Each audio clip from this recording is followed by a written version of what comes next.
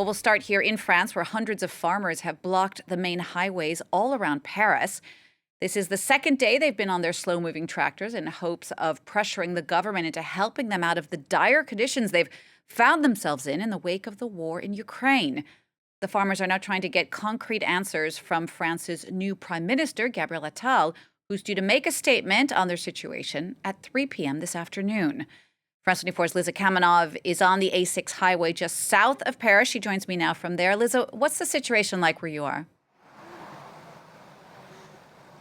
As you said, Ginny, I am near Villabé, just south of Paris, and you can see behind me you have a few farmers gathering round a fire with food and drinks. They have been camping here all night since their arrival Monday afternoon, and they plan on staying here for as long as needed until the government meets their demands, whether it be the end of this week or even longer. They do not care. They are ready to stick it out.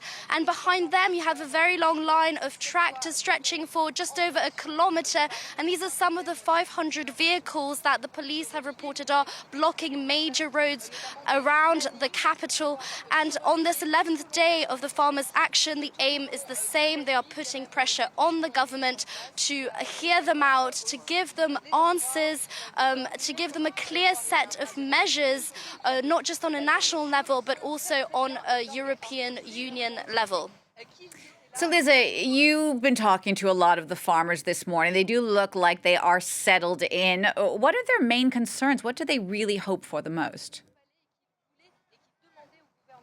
So speaking to the farmers this morning, they are repeating a very long list of concerns, and this includes them feeling that their industry is being strangled and is perishing under excessive farming regulations that's imposed in France on top of the EU-wide regulation on the farming sector. Of course, they also have higher production costs. They feel that they are all selling at a loss, and they feel that their EGalim law, the agricultural law, is not being respected.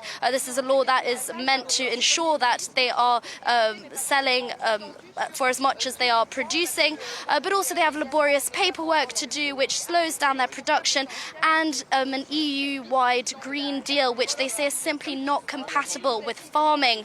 And they are also feeling threatened from free trade agreements and imports from countries that do not adhere to the same regulations as them. Now, one farmer gave me an example of this. There's France has banned a pesticide on beet crop, which is usually used to prevent viruses. Now, French farmers can no longer use this pesticide, and they are at a disadvantage with their competitors from other countries. So what they really want right now is a rigid national farming plan that can impose long-standing changes, not temporary measures, because they're concerned not just for the current situation of the sector, but for the future of the sector as well.